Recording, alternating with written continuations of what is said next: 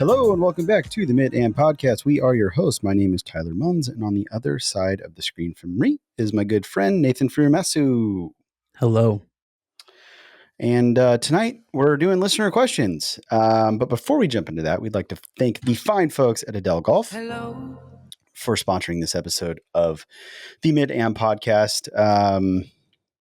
We've said it. If we said it once, we said it a bajillion times. That Adele makes some of the most underrated golf equipment out there. They make incredible wedges. Their irons are some of the best, if not the best, irons that we both have ever played. Their putter lineup is fantastic. The fitting system within the Array putter ecosystem that they have going is something special. It's certainly worth trying out. You can locate a fitter near you on the Adele website. That's edelgolf.com.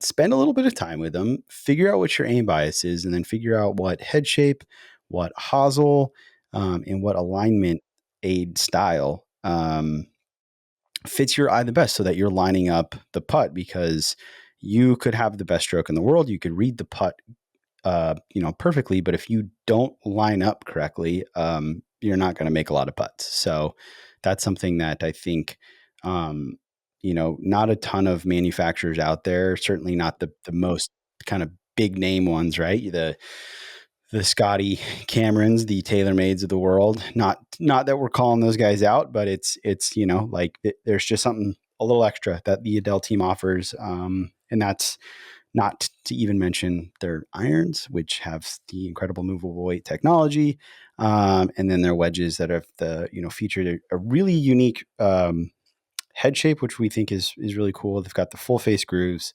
and movable weight tech in there as well, which is surprisingly helpful when you're trying to dial in center strike, which is very important with wedges as those are your scoring clubs. So again, thank you again to the fine folks at Adele for sponsoring this episode of the Mid-Am Podcast. Mm-hmm. Hey, have you ever heard of the parallax effect? The parallax effect? No, enlighten me. Okay, so it's something that happens to the eyes.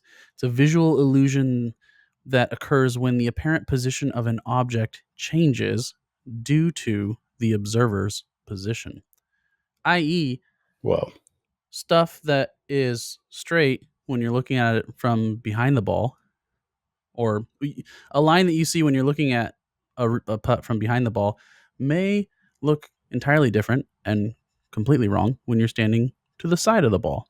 Is that why the when Adele Array putter system, I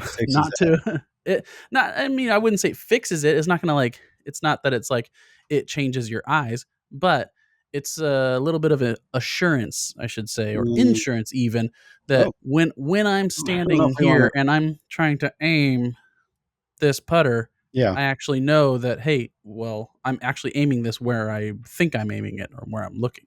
Right.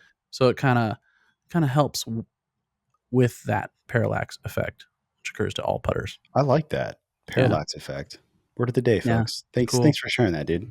Yeah, I've learned. I'm going to leave this evening just a little bit smarter. There you go. The more you know. The more you know. We'll probably get sued for that. Nobody listens to this time. That's not true, dude. That's not true. People listen to this, and we appreciate you. Yeah, we do appreciate you. You do. You are real, and we do appreciate you. Yeah, it's been. Gosh, we're as the time of recording, it is December 15th. There are 16 days left in the year. This is our 43rd episode of the podcast as a whole. Which I'm pretty proud of, man. I don't think very many podcasts make it this far. Like most of them don't. Most of them don't make it past like the first 10 episodes. So when was our first episode released? Have we made it past a year? Yeah. Probably. I think it was November. Yeah. Yeah. We've been doing this for a year. Wow. Hey, good on us. Go us. Go us, and go you for listening to and following along. And I know there was one person that posted like a Spotify Wrapped, and we were top 5 podcasts that they listened to. And my wife was like, "It's got to feel pretty cool knowing that there was someone that you were like their top 5 podcasts." I'm like, you know what? That is actually very cool. Like, Yeah. people listen to us, and I know that when we first started out, and I know this is like we're really cutting into the listener question time, but I wanted to say, like, when we first started out, like, our whole thing that I think we both said to each other was, you know what, if nothing else, if this is nothing more than an opportunity, an excuse for us to set aside some time and just kind of talk to each other and talk about golf, Yeah. and not a single soul listens to this outside of like me when I'm editing them. Um, Yeah. that's fine. Like that's all that we care about. And so to know that they're like 175 to 250 people that are downloading this every week and listening, is pretty cool. And I know we'd like to be able to grow it.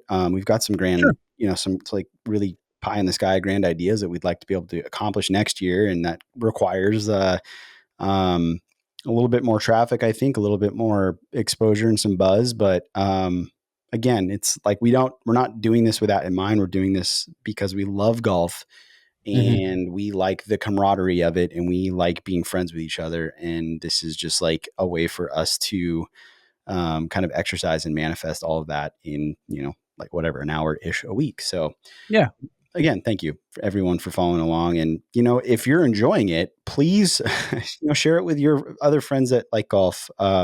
Interact with us on socials. Like, we would love to, at Mid AM podcast on Instagram, like, we'd love to have, kind of more of an open dialogue and hear from you. What do you want to hear? What do you want us to talk about? What do you want us to, um, touch on? Like, what are things that are interesting to you? Because, like, I'm sure there's ways we can fit those into the conversations that we want to have. So that's all to say. We want to hear from you more. Absolutely. So, yeah, Cool. good on us, man. All right, Yeah. listener questions. Got a handful here, picked out some, and I'll just kind of jump into it. The first one, someone asked, and I apologize, I totally forgot to like screenshot all these, and these were just from memory of like what the gist of the question was, and I forgot who. So anyway, if you ask this question, just know this is you, probably. Yeah. 'Cause I don't think anyone asked like similar questions. Okay, so if you had if for whatever reason someone was like, if you do more than one drill for the rest of your life, you're going to prison. Um, what would that drill be? And I expanded this to like one full swing drill, one putting drill, one chipping drill. Oh, ooh, oh, I didn't think about that. I don't, I just thought, well, it's like, man, Yeah. No, you're I gonna do, yeah. if you're gonna do one drill, that's kind of baloney. Like, there are three distinct, I'm parts of going to prison, baby. it. Actually, I'm just gonna go to prison. Pass. You can Next, practice golf. We can next speed question. train in prison. That's right. Yeah, So much free time to that's all you're gonna be able to get do. stronger. Theoretically, you're gonna be able to swing so fast you won't ever find out. Right. But That's right. Okay. You want me to go? yeah, go ahead. Sure. Give Okay. me your. All right. Well, So did you do all three? no. Well, I'm going to. Uh I'm waffling between two for Oh, my full uh-oh. swing drill, I'll say. Oh, actually, here, what I'll do is one of them will be my full swing, and I can make the other one my There we go. shorter. Okay. Loopholes. Look at that. Okay, full swing drill, step drills, Yeah, that was without without a doubt. It just encompasses so much as far as like, yes, sequencing, yes, pressure shifting, yes. Uh, it tends to get you to move far more naturally and athletically. Yes, speed. Yes, if you're doing them correctly, you kind of force yourself on plane. Yes, it influences and affects your release. It just does. There's so much good that will come out of doing step just drills. step drills. If you do them right. If you do them right, yeah. I mean, there are guys back in the day. I mean, Marcus Bell with it used to be Zen, or no, yeah, it used to be Yeah. Zen. Now it's GRF. Mhm. But anyway, like back in the day, he used to just teach people like only step drills. Right. Or back or when he had given, what was his name? Robin Matthew Williams or whatever, I Yeah. think it was. Mhm. Yeah. Yeah, yeah. They used to do like this walk into the shot kind of Mhm. thing. It's literally just walking. Walking is so good for learning to move athletically and dynamically, and step drills are that with the golf swing. So, step drills. Yeah, so, it's funny, like, I had 2 that I was kinda waffling on in my full swing, and Uh-huh. so, step drills was the first one. The second one was like a, 9 to 3 punchy with, like, a wedge Mm. and try to hit it as low as possible, 9 to The 3. functional swing plane. Yeah, functional swing plane, 9 to 3 punchy. You can kind of like I'm gonna say in this hypothetical that if you kind of not augment would be bad. If you modify some of these, that's kosher. Like you might get a ticket, but you're not going to go to prison. So my modification to that would be like swing hard, stop fast is another one Sure. that is good for sequence, but it's kind of that like 9 to 3 swing hard, stop fast, like these like, and then but use a wedge like hit a sand wedge and try to hit it as low as as low as possible. Like, try to get it Sure. to launch like an 8 iron. Yeah. And that's gonna just in terms of like sequence, of terms of proper pivot, using the ground, um, hitting the brakes, which is a huge part of golf, like the golf swing that is very misunderstood. That people don't. I myself don't fully understand it. Mhm. So yeah, I would say like I that. do, but it doesn't help. Right. No, I mean, cognitively, yeah, I get it. Cognitively, I understand, like, but my body intuitively does not. Dude, if I was as good at golf cognitively or no, like, Oh, physically as I yeah, am yeah. cognitively, I'd be on tour. Like, it's Sure. ridiculous. Um, yeah, so that 9 to 3, I think, is, like, really would I mean, that's kind of, like, all I'm doing right now. That's literally every practice shot I'm hitting is kind of a 9 to 3, and it's just varying speeds with yeah, different like, Yeah. whatever, so, Yeah. I'll go Yeah, next. I agree. We'll snake draft. For my chipping, um, it was like taking a 50-degree wedge or like a pretty low lofted wedge and just practicing trying to hit as high as and soft shots as you possibly can. Mm. I think that like so that's kind of like the opposite, or even like, dude, an 8 iron. Like, how high can you chip an 8 iron? Yeah, sure. I think someone I read somewhere or someone said like if you want to get really good at golf, learn to hit your sandwich low, learn to hit your 8 iron, like chip your 8 iron really high.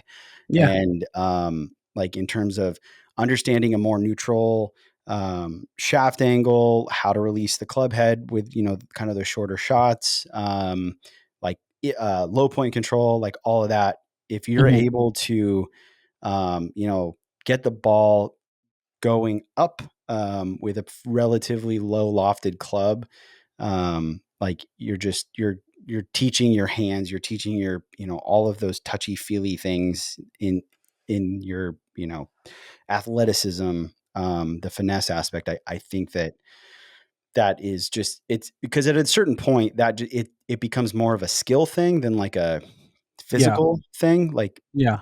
as the swing speed gets like slower, as the distance gets tighter, and like your dispersion cone in theory needs to be tighter, like it becomes much more skill than like physical. So I would say doing like just practicing that, you'll probably get pretty dang good at executing shots. Yeah. That's funny. That's pretty similar to my other one that I was kinda waffling to. So I was thinking I was kind of thinking about this originally for full swing, but we'll just scale it down. We'll just say, like, take a pitching wedge. Mhm. You put a alignment stick, 4 paces in front of you on your target line, and set up straight to the alignment stick, and then learn to hit the ball to the right of it with your hands and left of it with your hands, Mm. to the right of it with your hands by a lot or by a little, or to the left of it, and so you're just it's skill development stuff, basically. Yeah. Um, you could even say, like, just playing around in general, the drill would be, like, playing around with, um, developing the skill of how your hands are affecting club face and low point. So, like, yeah, top some on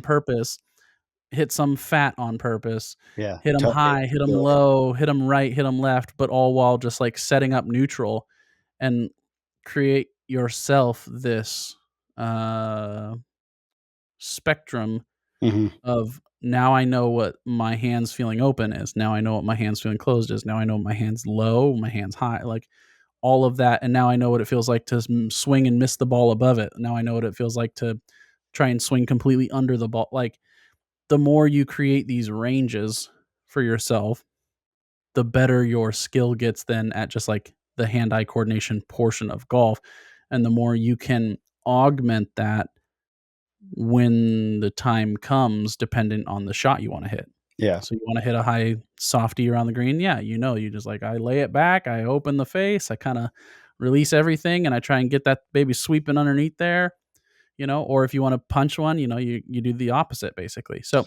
Yeah, it's almost like you're it's a skill. feeling the club head in your hands, even though it's Yeah, 35 inches away from you. It's like when yeah, you're teaching yourself to feel. So then all of a sudden, it's like really an extension. It's like, oh, I want to hit this high. Well, you're feeling kind of how Tiger says, I feel it in my hands. yeah, Unfortunately, exactly. feel it in my He's hands. well, he tries to start to feel the shot before he builds a Yeah, stance. So right, he's always right. he's always kinda, Speaking of going guys, off the field. actually, this is a good opportunity to say that we are doing some merch. We got some T-shirts Mhm. going. It's just the Midium logo right now, but we've got some ideas. Build a stance is one of Build them. a stance is gonna be a That's shirt. gonna be. I just gotta get the design going. Yeah, But yeah, no, I mean it makes a lot of sense. Like, hey, teach yourself like this, your club face awareness and club head awareness becomes so yeah, dialed in that you're like, yeah, man, I can do anything with the ball because like I feel like I'm doing it with I feel like I'm actually touching the ball and making it happen with my like yeah. physical body instead of like an Here's a implement.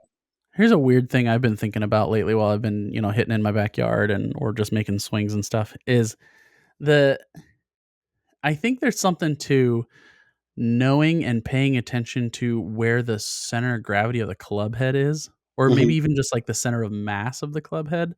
Not the club as a whole, because that's technically up the shaft a bit Yeah. um, for those. But I think part of the sensation of a quote unquote like stable club face Mhm. isn't due to like never opening and never closing, or how necessarily like you're hinging the wrist, but it's more like it feels stable when the COG is in a certain position in relation to the shaft. Okay. You know what I mean? I do know what you mean, and I've been Yeah, messing around with this more in the full swing because right, yeah, my thing, and we've talked about this. I take the club back so shut right, and so that your center of gravity is, it's like on the it's it's falling falling over forward. the line. Yeah, Yeah, it's it's falling over the line from the over the beginning. shaft, yeah, And so I'm trying to do that where it's like, oh, like at what point does this the club head feel weightless? And right, I think that's what you're saying, like the center of gravity of the club head, center of mass of the club head, not the club right, itself, but the correct. club head is like there's a point where you feel a distinct lack of effort necessary to like move it through space. Yes, And yes, that's something like that's a sensation that I'm searching for, or like I'm trying to feel because it yeah, means I'm able to get more on plane and stay on plane. yeah. So, like, for example, P2, if we're, like, the most, quote, unquote, "stable" feeling position of the club head then would be, like, slightly open, Yeah, it's right? very toe up. Because you've got then the center of gravity or center of mass of the club head stacked right on top of the grip, like, plumb straight down, and it feels very like the if you were to kinda just loosen and loosen and loosen your grip without moving anywhere from there, it doesn't feel like the club head is gonna tip forward or tip backward from there, it's just balanced right there, and it's Mhm. like, "Cool, this is such, like, an effortless place to Yep, be," and and then it you feels very open.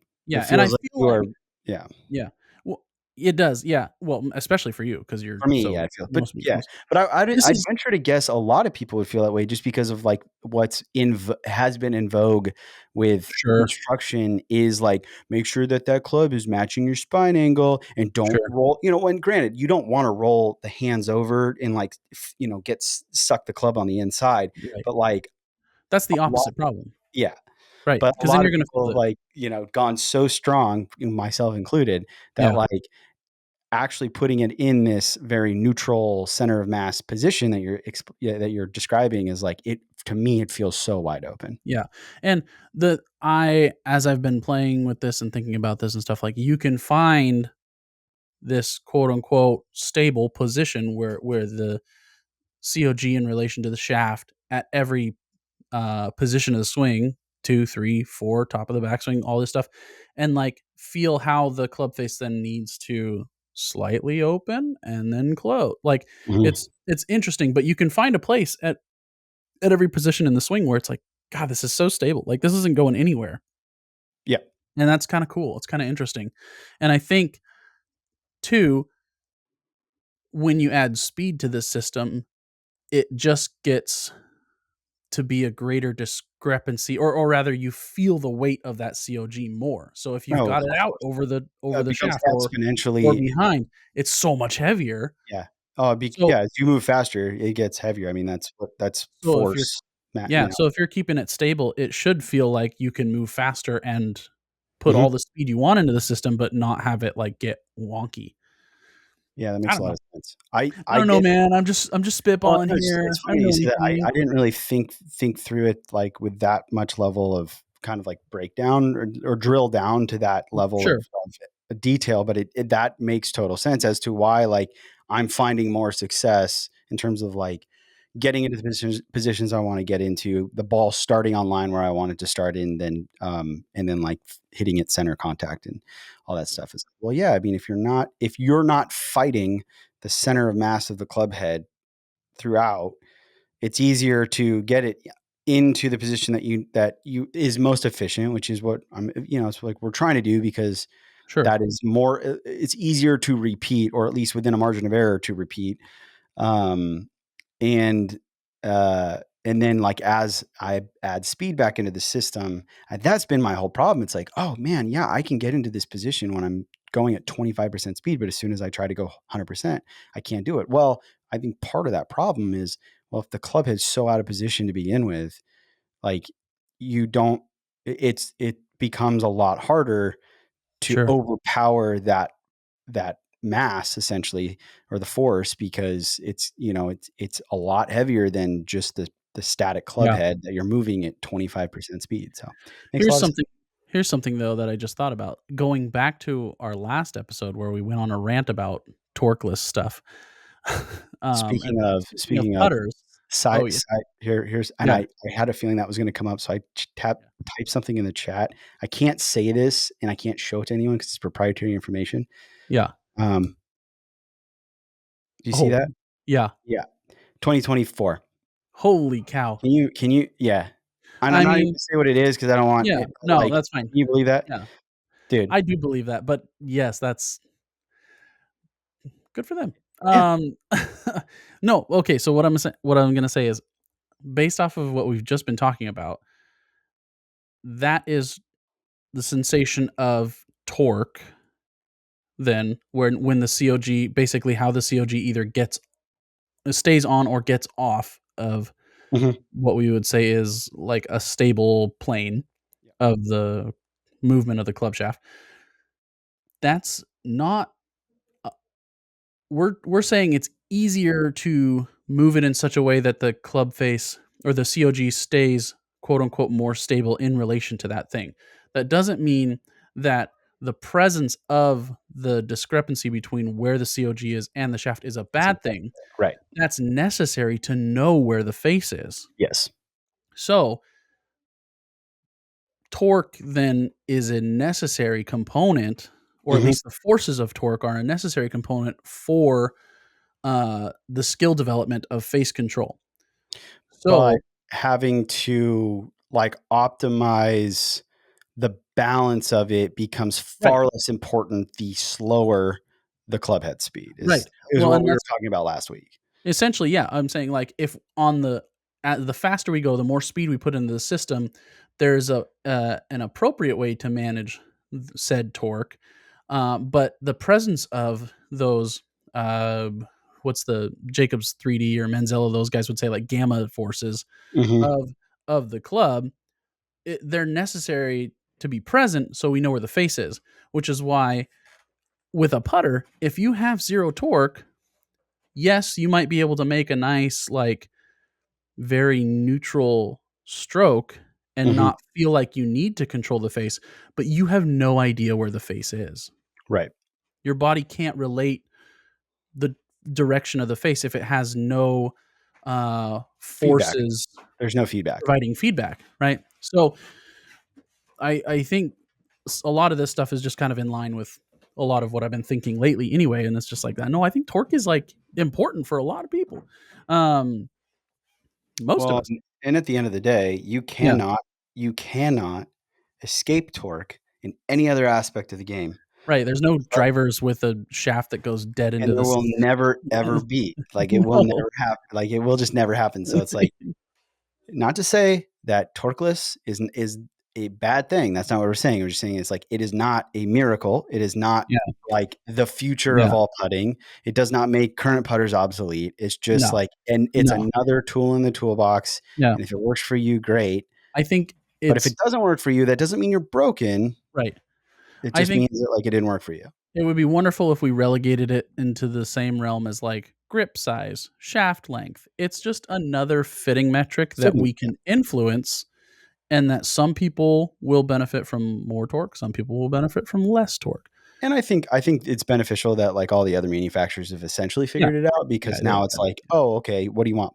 A plumber's Yeah. neck? What do you want? Mid What are you slant, doing? mid plumber, What do you want? face What do you balance, want, man? torqueless? Like, what do you Guys want?" You walking around know? with putters in their trench coats. What do you want? What do you want, man? "Hey, kids, wanna buy a putter?" Um, That's another good that'd be a good merch. "Hey, kids, wanna buy a putter?" Oh, man, write that down. Just write it. Mike, write that down. Mike, clip Um, it. clip it, Mike. Okay, so then I guess the last one was putting. It's a good segue. What would be your one putting So drill? I want you to try and open the club face as much as you can, and then no, I'm just kidding. Really just Um, hit as many draw putts and cut putts as you I can. think we're gonna say the same thing here, but just roll it down a frickin' ruler Yep. a million times. Like, Straight edge. if you did that, yeah, just some kind of Yeah, straight edge. if you can get the ball to roll straight for like 4 feet, you're gonna Yeah. be pretty good. My other, because I had a feeling you were gonna say that, my other one was the Mav McNeely um, uh, pace drill. I Uh-huh. really like where you said a you said a, because it's like a drill. It's a drill that that works primarily really only on speed, exclusively on speed, but then also it's a game. It's like gamification. So, Yeah. you put a tee down, and then you put a tee 6 feet from that tee, and then you put a tee like 21 feet from that tee. And so your first ball needs to roll past the first tee 6 feet in front of you, and then each subsequent ball needs to roll past the previous ball. And Mm. then How many the can you game get? ends when either you fail to roll the ball past the previous ball, or you hit that RT. that tee that's 27 feet away from you. My record is 15.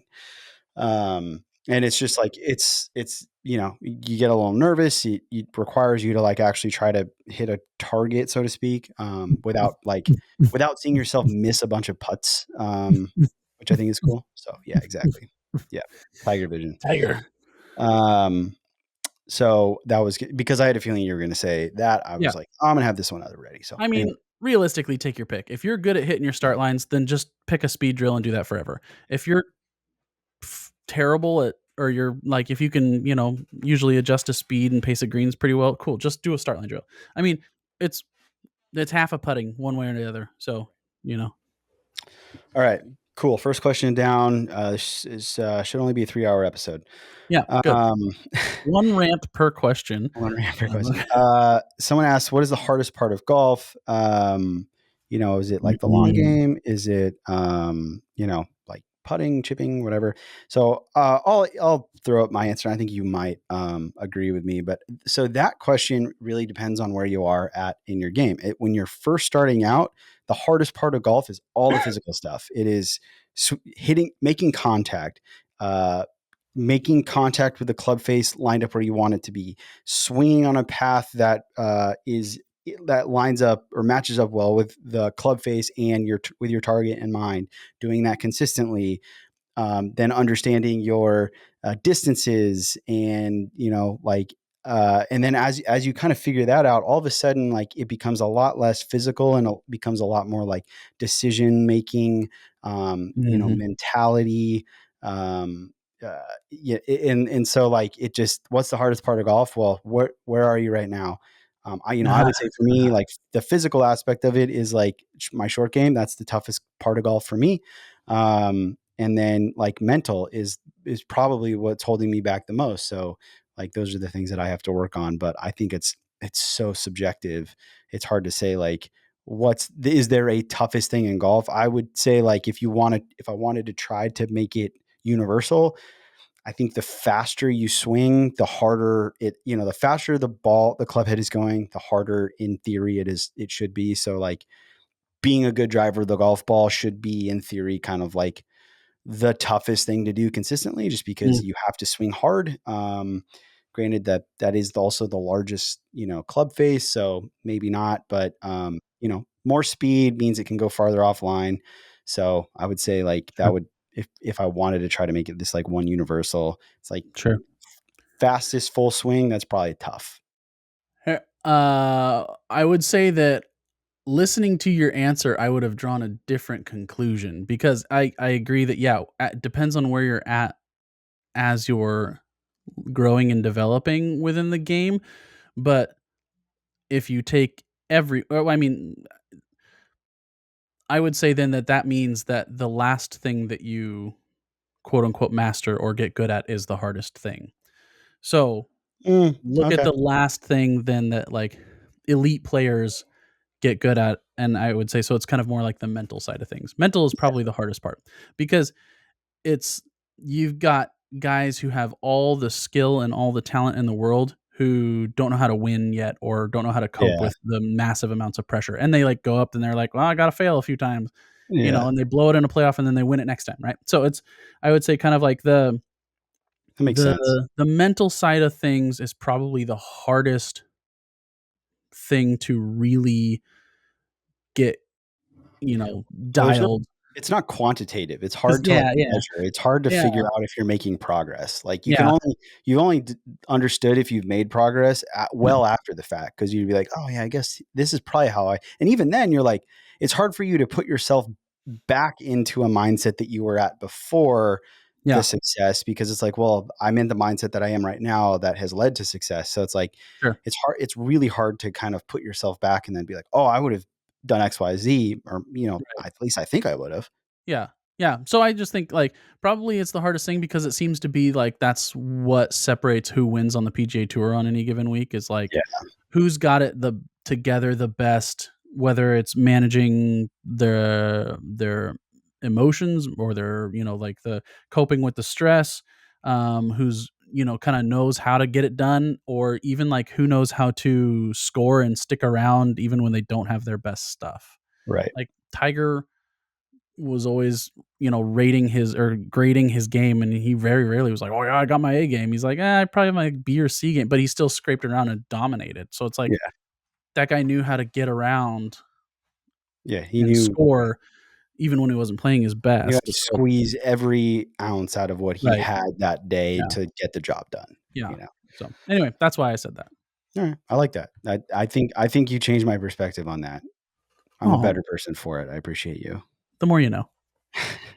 Dude, we can't afford these lawsuits. I need you to cool One it more time. One more time. One more one more time. time. Okay.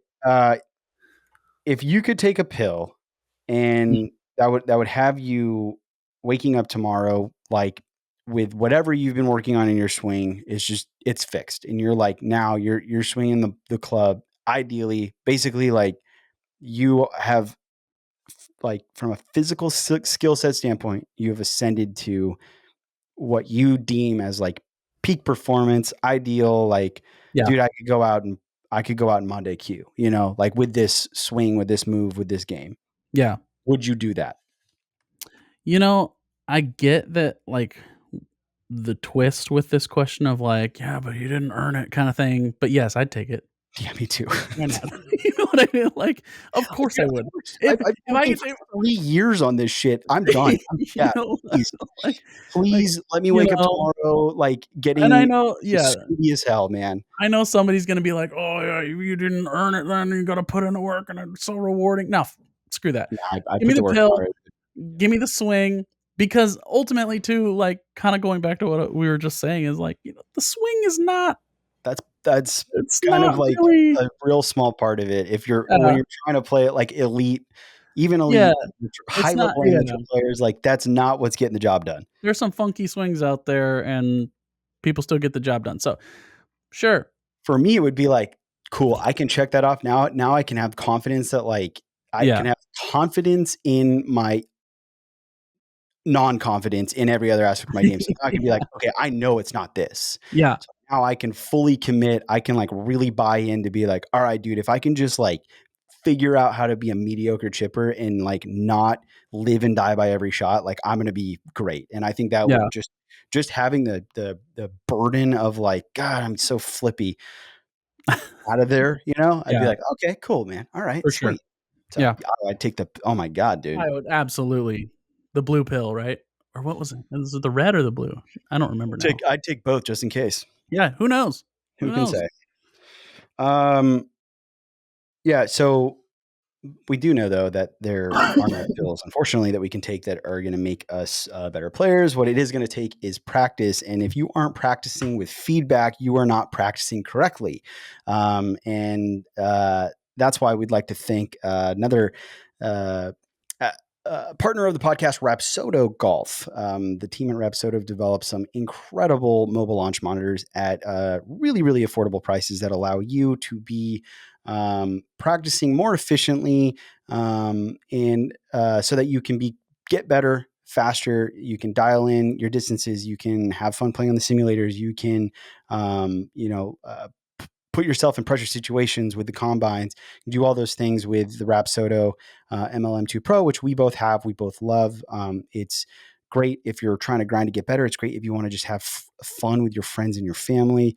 If you want to set up a little simulator room in your garage, or out under your covered porch, there's nothing better. There's nothing more affordable than the Rapsodo MLM2 Pro. They also have the Rapsodo MLM, which is it's a significantly less expensive unit. Doesn't have all the bells and whistles, but if you're looking to dial in wedges, or understand what your swing speed is, smash factor, get some basic numbers, it's a really, really economical way to do that. That's when you're out there, when you're looking at pros on the range, every single one of them has a launch monitor. Granted, they have the $25,000 launch monitors, and that's what they need to do because they're playing for millions of dollars. We are not playing for millions of dollars. You are not playing for millions of dollars. You don't need to spend 25 G's, 25 racks on a launch monitor. You can spend 600-700 bucks, and get something that's pretty in terms of like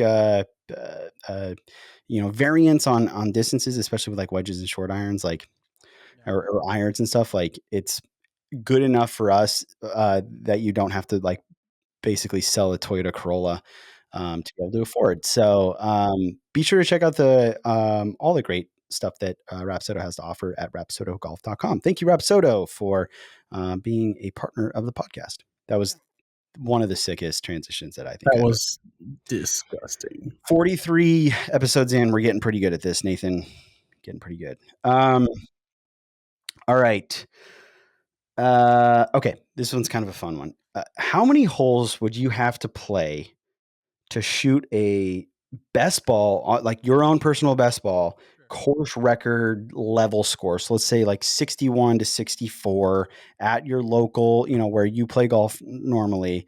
And so the caveat is that like you have to play all the holes every time, right? So like you can't just like play 18 and then go replay the six holes Oh. that you played bad. Oh, You really? have Okay. Yeah, you have to loop back around. Well, actually, we can answer it both ways.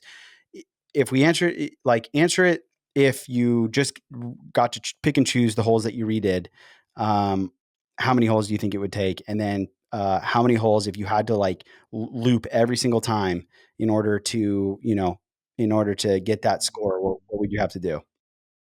And I'll go first because I actually Okay. thought of both of those scenarios, Okay. and I forgot to tell you that I was going to do I that. thought So of the of one of the them. pick and choose, yeah. Yeah, yeah. So for the pick and choose, I'm going to say, okay, I'll play eight. I'll play 18 holes, and let's say my scoring average was 78. Right, like this year was like 79. My scoring average this year was 79. So let's say I shoot 79 the first go around.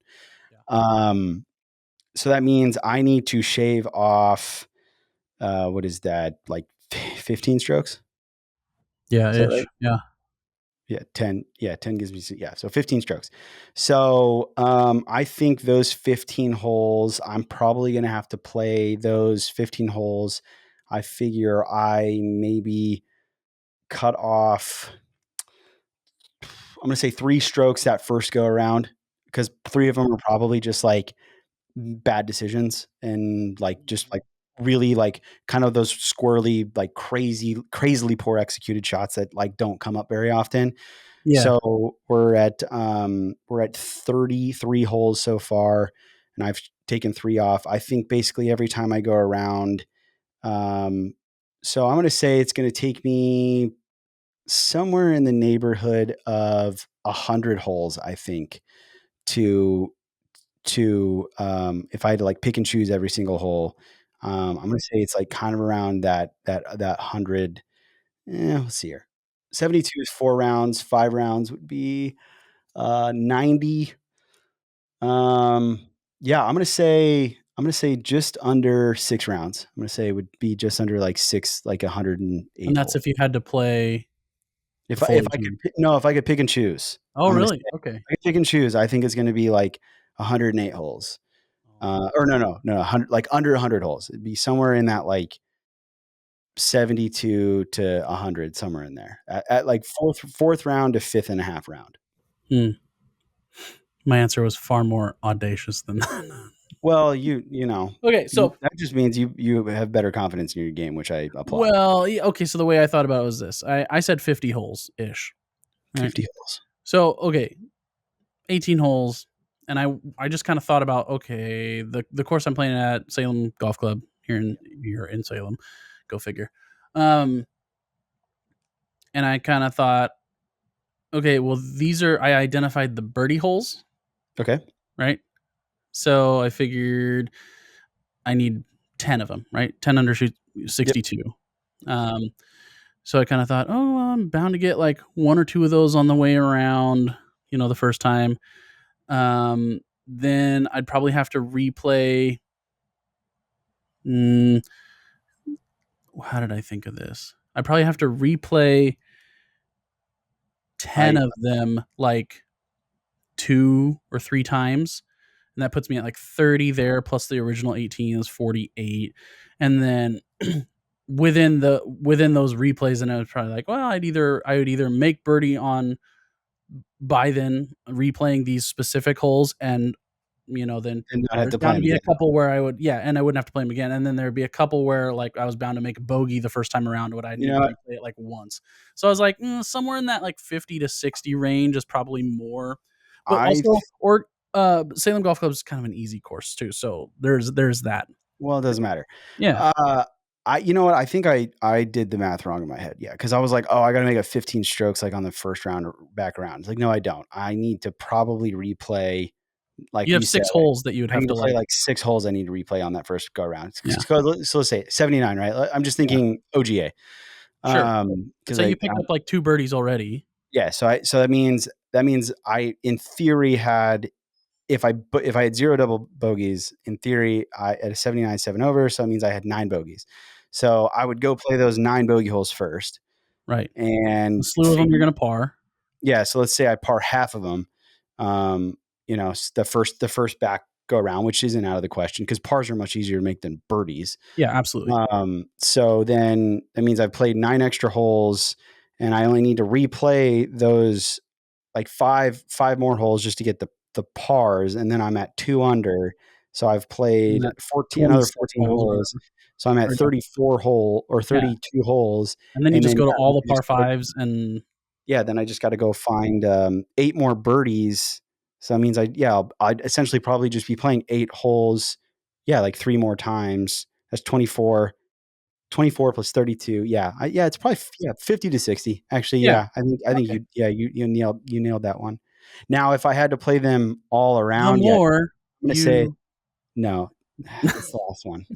It's the last one. I didn't you said it, I didn't say If yeah, so I guess if we had to go loop every single time, it'd probably be like yeah, 6 rounds. I think it'd probably be like something like that. 108 Yeah, I holes. think yeah, looping and well, and even that too, like, I think that could be more as I'm thinking about it. Because like, say you've gone around, you loop it every time, and it's like, the 17th hole is my nemesis, Oh, shoot, and you get yeah. around and you're like, "I just need to, like, So I gotta go like not 16 screw this one holes up. just so I I gotta can go play try to 16 holes." You get to the 17th, like, your heart is that's a gonna be lot of pressure. pumping. Gosh, because then you're like, "God, I Yeah. gotta go play You're 8 like, I "If gotta I play don't mess 6 this up, more I holes have to just to do this loop." again."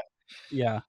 God, it could be forever. You could never do it. That would be intense. I don't Okay. know. I don't know. All That right. could be a I lot. don't even wanna do it that way then. All right, if you get to pick and choose, we're gonna say over under is 59 and a half holes. Sure. We're gonna try that sometime. We should. Um, all right. Uh, what is it? Oh, okay. Next question. Next. Would you okay, so say you knew in your heart of hearts that you had all the physical skills Yeah. to to play at an elite level, elite professional level, and you're like, I can learn how to win, right? Yeah. I think I can do that. So much so that you like are fairly certain that you can make a living on the PGA Tour. Like no guarantee that you'll make a lot of money or that you'll be elite or not even PGA Tour, like pro golf, like maybe it's Corn Ferry Tour. Sure. But there's no guarantee that you'll ascend to making millions of dollars. Maybe you're just going to be like a grinder, like on that Journeyman pro. 125 to 150 bubble or whatever. Like, would you do that? Would you play pro golf? So I kinda cheated on this answer and said, like, well, nowadays, where I am, like, right now, today, no, I wouldn't do it. Hmm. 10 years ago, yeah, I probably would have tried at least because I just to have done it. Maybe it like is awful, and which I'm assuming it would be, and a major grind, but at least it would be like I did that, like Yeah, maybe you do it for a few seasons, whatever. But nowadays, no, I wouldn't. I wouldn't try. yeah. Too much other stuff. Too much other stuff. Family, kids, like that's the the life of the tour player is not glamorous No. at all. Matter of Yeah, fact, maybe even, like, pretty shitty. yeah. Yeah. Oh, yeah. Well, I mean, just thinking about, Max I just like Max Homa. Yeah. He I mean, I was listening to him on, him and Shane Bacon's podcast when he was still on it, like, what, 4 or 5 years ago. Yeah. And he was talking about how when they shut down for COVID, in Mhm. 2020, like, that was the longest time he had ever spent with his wife consecutively. Yeah. His wife, like, the whole time they've been dating, the whole time they were engaged, the whole time they'd been married for, like, a little bit, I think, and, Wild. like, the first 3 months were, like, the longest uninterrupted time he'd ever spent with his wife. I'm like, "Dude, that's tough." Like, Yeah. I That's even, like, 10 years ago, man, I don't know. I don't yeah. know if I would be like, I don't want yeah, that seems so lonely, and I like, knowing myself, like, I don't know. I would be afraid that that would totally turn me off of, like, golf entirely, be like, "No, dude, Oh, yeah. I associate this with so many bad memories, like, no, dude, I'm not Yeah, gonna play no. golf anymore," you know? I think Like, I'd it rather now I would love to have that type of skill and then just, like, be it like Stuart Hagstead and just, just like, go tear up the just mid-am. just go play the Walker Cup as, like, a 39-year-old financial Yeah, man. analyst or whatever. Yeah. Now that's the dream, dude. That That's yeah. God, if Or just you're, like, semi-pro talent, but you just, like, clean up in your, like, just float Saturday around to different member guests, all just oh, yeah. that's the dream, That'd man. be so much fun. God, that's the dream, yeah. Yeah. Okay, last question. Yeah, we're gonna come in under an hour, nice. Yeah. Maybe not. Um, Sure. how long do you think it would take you to break not par, Jesus, forever, much It's forever. How long how do you old am think it I? would take for you to break 100 if you started today, Uh-huh. playing left-handed? 6 months. Really? 6 months? Jeez, Part I said 2 years. Oh, really? Yeah. 100? No, 100? Yeah, dude, you can dude. do it. You could do a no, no, no, no, no. You could do it so much faster than that. I guess I if I have patience. dedicated 100% of my Yeah, practice to playing left-handed, as much as you practice yeah, I now guess I could. right-handed, but you switch to start practicing left-handed, plus all that you know of That's like, true. okay, I'm just gonna do callback step drills and Or just like or the start other line aspect drills, you know. or the other aspect of it too is like, no, like the course management stuff in Yeah, setting expectations. absolutely. You're like, dude, my whole goal is to shoot 99. Okay, cool. So, the every whole like handicaps 1 through 9, There are no um, par threes. yeah, whole handicaps 1 through 9. I'm adding 2 to the par on Yeah, everything, and that's what I'm playing for. So it means I'm hitting absolutely. 7 iron off every tee. Yeah. And then Or yeah, and even then just handicap bunting an easy driver, like, it's not yeah, it's not that hard. all the par fives are par sevens. Yeah, Like you absolutely. just if you're All if you you're have to on in 4, you're essentially putting for eagle. because so, yeah, so I say 6 months because all you have to do is learn to hit it like 150 yards, like, That's true. and just boop it on down there. It doesn't take that much, That might be and in next 6 week. That months, you might could that might be next winter's project. oh, oh. Yeah, I mean, Now break 100 for sure, 6 months. You could do it. think Break so? 90, uh, That's tougher. Yeah, now that's we're tough. talking. Yeah. Yeah, All right. I think next winter, that not might be like fun. next winter, I'm gonna try it. I'm Yeah, gonna see if I can figure out how to break 100 left-handed. I don't think I'd have to practice like as extreme as it's like, yeah, like you said, like figure out how to hit the ball 150 yards. yeah. You And just have to, then like, make contact, yeah, honestly. 150 You could yards, worm burn it the whole way around and break get 100. halfway decent at chipping, and then just try to two putt everything. 100, yeah, 100, I Yeah. guess 100 is really not that hard. Okay, 6 months. Yeah, okay, I don't know. over under 6 months. Yeah, Definitely in a year. I guess I Definitely didn't in a really year. consider. Yeah, I guess I didn't really consider the just the fact that like 100 is really not that hard to break if you are in the right mindset. Yeah, If you're in the right mindset, it's really not that hard to break.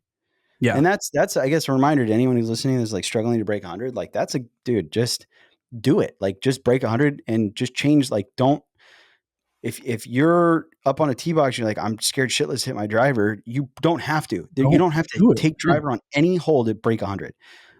Go watch What a Player. Go watch. He does it. I mean, he breaks 80 without hitting a ball farther than 175 yards. I think. Yeah.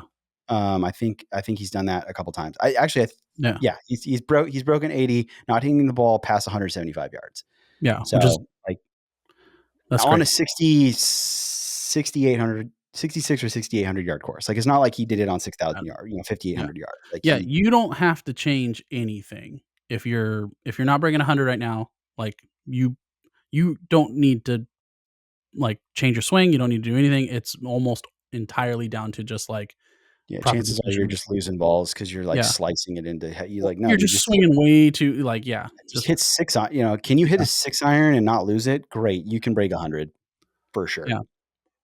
for sure. Get a hold of our guy, Michael Leonard, That's and right. his Wicked Smart Wicked book, smart golf. Wicked Smart Golf. Good stuff there. Pick, like, 5 things in that you like, and you'll break 100. There you go. Easy.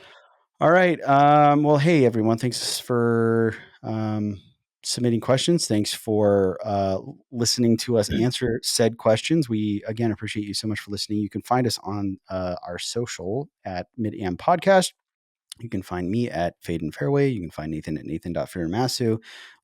Quick second update to the birdie-a-thon or our fundraising goal. Yes, Um, hey. we had raised, if you remember, if you listened to last week's episode, we raised $495 via the birdie-a-thon. Yep. Nathan was like, I'm going to throw up some prototype Yardage book scorecard holder. holders or yardage book covers that he had done for Jamie at Jamie Coggins, and wouldn't you know it, Yeah. someone bid $500 on it and helped us reach our goal. Well, and the So, auction's not done yet, so, I well, the mean, auction's not done. So I guess technically he hasn't won it yet, he hasn't won it yet, but but leader in the clubhouse, we're gonna hit the goal we're at the goal. of $1,000. So that's nice. Super cool. We should give him a shout out. What's his name? I don't even know. Hold on. Hold please. He probably Hold doesn't please. listen, but Hold doesn't we're matter. gonna Doesn't it matter. doesn't He's just matter. he's a fan of Jamie, and he was He's the bummed he man. missed the covers when they first went up for sale, and so he was like, There you go. I'm locking this shit down. What? Brendan Hughes. You're the Brendan man Hughes. Brendan, you did it for the kids. for the kids. He got the reference though for the kids, or at least he alluded to it when the mid-am Yeah, that's account true. said for the kids, you know? Hey, Brennan, if So you I listen, think you listen, Brandon. I think you're a listener, and I you're a think real one. you're a real one. We appreciate you. The kids appreciate you. Oregon Junior Golf Absolutely. Association appreciates you. So again, thank you for helping us reach that goal of $1,000 raised for charity this year. And next year we've got bigger It goals. is Yeah, so December 15th, and we're still checking off golf goals for the year. That's pretty cool. pretty sick. Pretty Pretty freaking cool. sick. Yeah. All right, dude. Well, again, everyone, thank you so much for listening. Hope you all have a wonderful rest of the holiday season. Until next time. Bye. Peace.